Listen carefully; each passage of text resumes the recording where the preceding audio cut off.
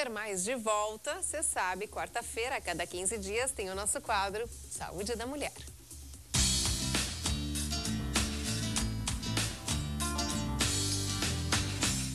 Olha, pessoal, hoje nós vamos falar sobre um assunto muito sério, o hábito de fumar.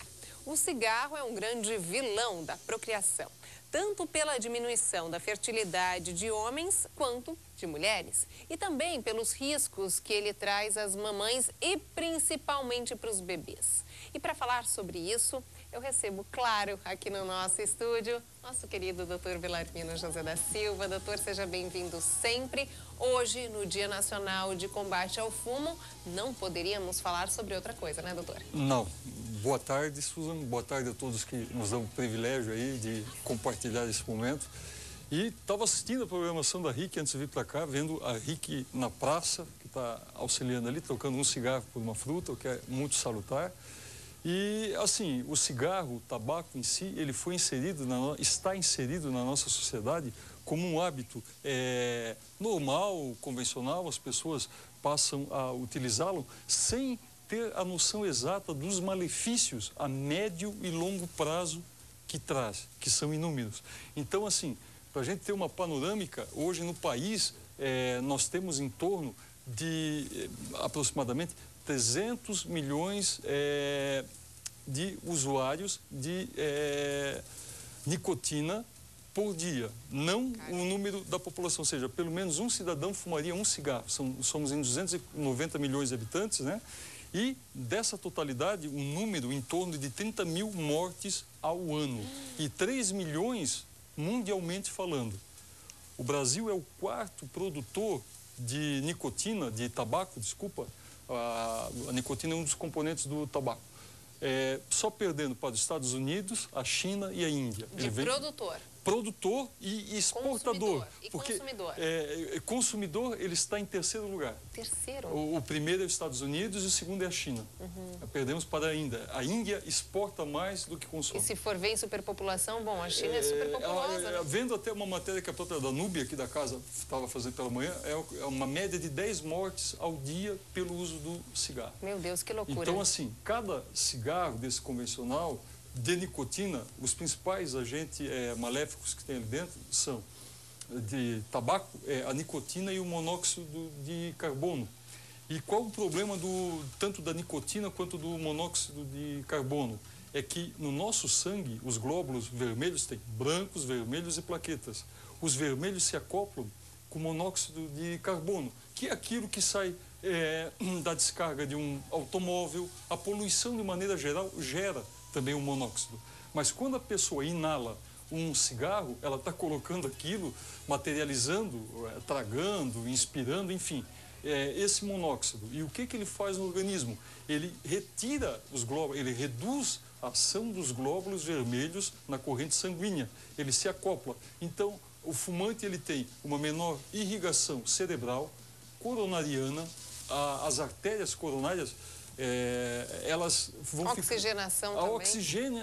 Oxigenação de maneira geral. Para mulheres, principalmente, o envelhecimento precoce, porque ela se acumula... Consequentemente, falta de memória, e daí vem várias outras coisas que isso acarreta, né? Sem considerar a alta incidência de câncer, que 90% dos cânceres bucais são ocasionados pela nicotina, pelo tabaco de maneira geral. 80% da laringe é o tabaco que propicia e 80% do câncer pulmonar tem origem no cigarro. Doutor, aí falando mais especificamente sobre gravidez e fertilidade. Vamos primeiro para a fertilidade. Quem é fumante já há algum tempo, ou quem começou a fumar, digamos, uns 2 anos, há 2 anos, quer engravidar. Isso compromete a fertilidade? E quando eu falo em fertilidade, não só da mulher, mas também do homem, a quantidade de espermatozoides, por exemplo. Excelente pergunta, obrigado. É o seguinte, a nicotina e o monóxido de carbono, que são componentes tóxicos do cigarro, eles impregnam, eles têm um efeito cumulativo. Então, assim, se a pessoa fuma um mês ou fuma um ano, vai fazer diferença. porque essa nicotina ela vai ficando, ela vai se imbricando, ela vai se acumulando dentro das artérias, dentro da musculatura, dos tendões, aonde houver sangue, aquele sangue está levando essa nicotina. No caso da mulher, os ovários, eles têm uma membrana envolvendo e um óvulo ao mês é expelido através dessa membrana para poder ovular e eventualmente engravidar. Só que no ovário, quem recebe essa nicotina e monóxido de carbono é a película que envolve o ovário. Então, com o tempo, essa película é feito um cacho de uva, o ovário, com vários óvulos, só que ao invés de ser livre, ele tem um invólucro, tem essa película. E com o uso contínuo, por muito tempo, da nicotina, do tabaco, começa essa película a ficar mais rígida. Então, o óvulo tem dificuldade de romper. A película envelhece, funciona mais ou menos como ovário micropolicístico, onde essa película do ovário também tem dificuldade para romper e poder ovular. Então, assim, o efeito cumulativo do tabaco, ele é notório. Uma pessoa que fuma 20 anos, o corpo vai guardar a memória dos 20 anos. E se for um mês, em contrapartida, o raciocínio fumar menos é menos prejudicial, fumar com menos frequência, mas sempre é ruim. Agora a gente pode quantificar a quantidade desse malefício. No homem, no espermograma, que é um exame que se faz para ver a vitalidade dos espermatozoides, que tem que estar o óvulo e o esperma para poder ocorrer a fecundação. Observa-se que homens tabagistas, usuários de cigarro, existem 4 tipos de espermatozoides. Fecundam os espermatozoides mais rápidos, que são feitos girinos. E a gente acaba vendo que no espermograma de fumantes, aquela parte dos espermatozoides que fecundam, eles ficam lentos. O de movimento rápido, que é em torno de 30%, cai para 5%, 8%. E quando fecundam, podem gerar malformações fetais. Então, assim, um casal, por exemplo, tabagista, fumante, vai ter mais dificuldade de obter rapidez ou engravidar mais cedo do que um que não é fumante, porque essa toxina não está presente. O esperma do não fumante é mais rápido e a ovulação da não fumante ocorre de maneira mais adequada. Agora, eu estava comentando com a produtora, ela comentou comigo, mas incitando para quem quer evitar gravidez, alguma coisa do tipo, fumar, né? Não, então quer dizer assim, para a Rafa... Rafinha, que pergunta é essa? E aí eu ri junto com ela, disse, não é por aí, né, Rafa? Porque ela tentou ver... É que ela é fumante, né, Rafinha? Vamos parar de fumar a partir de hoje. Ela tentou ver algo benéfico, né? Então, quer dizer assim, torna difícil. E além de ocorrer a gravidez, poderá vir um bebê com má formação. Então, Rafa, não é uma boa ideia. As pessoas não vão passar a fumar mais para evitar a gravidez, porque ninguém vai querer ter uma criança especial. É claro que se ocorrer, a gente aceita, mas se pode evitar, por que não? Então pode ter a má formação também, doutor? Pode, porque o óvulo envelhece, ele tem dificuldade para romper essa película. O esperma já chega mais lento. Tudo na vida é uma questão de dinâmica e de tempo, né? Então, essa sincronização do esperma com o óvulo não se dá naquele tempo habitual que geralmente ocorre. Há uma lentidão. Mesma coisa como a gente fala do desenvolvimento cerebral. Tem algumas pessoas que têm um retardo e outras que são hiperativas. Sim. A mesma coisa. Então, pode sim, ou um dos dois só já pode comprometer a qualidade do feto.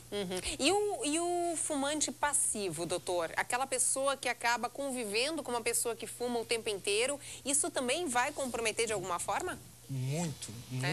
É a questão do momento. Aqui no caso, acredito que todos aqui não são fumantes, mas estabeleceu-se assim, Suzane, num espaço, qual é o espaço fechado para poder, que possa contaminar, que um fumante estando aqui, supostamente eu, e você, qual o ambiente que a fumaça de um cigarro pode alcançar?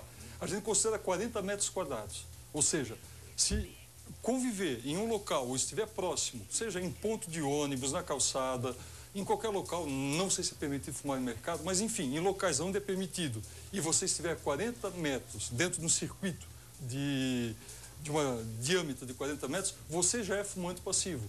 E também mulheres ficam prejudicadas na fertilidade quando convivem com fumantes. A gente sempre orienta no consultório, quando um dos parceiros é fumante, no caso, para não prejudicar a mulher, que se afaste durante o período gestacional, para não comprometer o feto. E outro ponto que a gente poderia colocar também, o fumante passivo, então, ele está meio que de igual para igual. Claro que é muito mais maléfico para quem faz uso. Mas uma coisa interessante que nós temos atualmente é que em Blumenau funciona muito bem no Vale do Itajaí, em Santa Catarina e no Brasil. Há tratamentos, principalmente para as mães que estão pensando em engravidar. Eu, em particular, juntamente e certamente com outros colegas, nós orientamos para fazer tratamentos. De que forma? Existe comprimidos, adesivos e pastilhas, que eles contêm, porque de repente uma mulher que fuma 10 anos, ela ocorre uma gravidez. Para ela parar de uma hora para outra, ela vai ter uma crise de abstinência. E aí é complicado você chegar para alguém que todo dia faz o mesmo caminho e dizer assim, hoje você vai ter que fazer um caminho diferente. Claro, é então, difícil. Existe essa desintoxicação feita por pneumologistas, que temos em todo o estado, né? E que é feito... os adesivos são semanais, as pastilhas são diárias, mas existe um que é muito interessante, chamado bupropiona. Ele é um antidepressivo, ansiolítico e antipânico. E não prejudica o bebê? Não prejudica. Bom, o ideal, aí é o que eu lhe coloquei, quando o casal determina engravidar, a gente sugere que a mãe já comece a fazer esse tratamento previamente, para quando estiver grávida, ela não passar por crise de abstinência.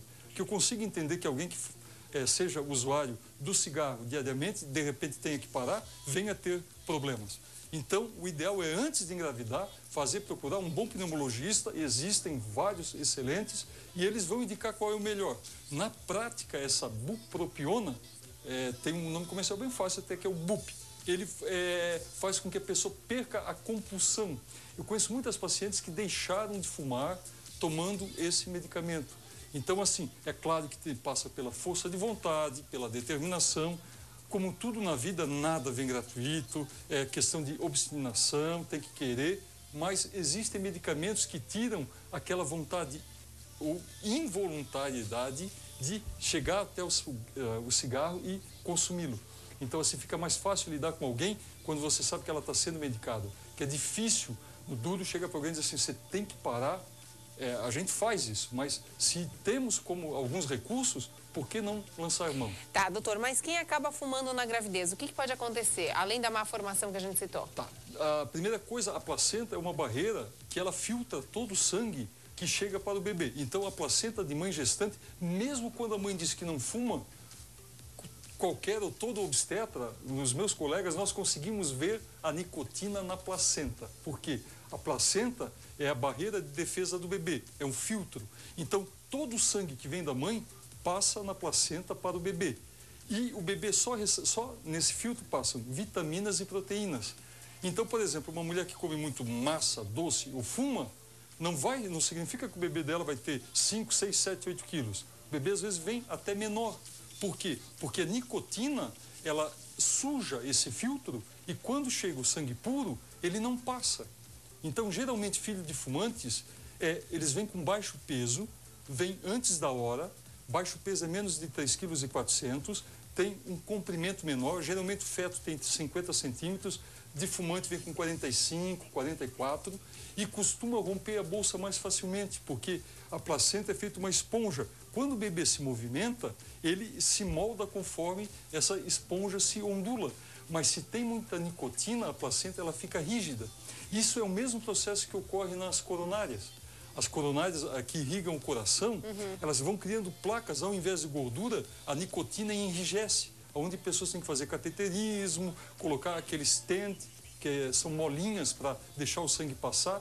Então, na gestante, o maior número de abortamento, o feto desenvolve de uma maneira inadequada, é gerado à base de nicotina, sem contar que filhos de fumantes, também passei com a Rafa essa pauta e ela confirmou isso, filhos de fumantes têm maior incidência a serem fumantes. Olha só. Principalmente e a maior faixa para iniciar o cigarro, o hábito de fumar, o vício, é até 19 anos. A gente vê que pessoas que começam depois dessa idade têm maior facilidade para abandonarem o vício.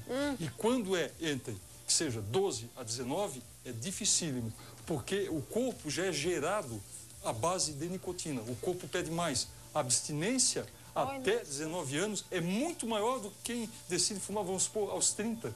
Olha só, É mais gente. fácil tratar.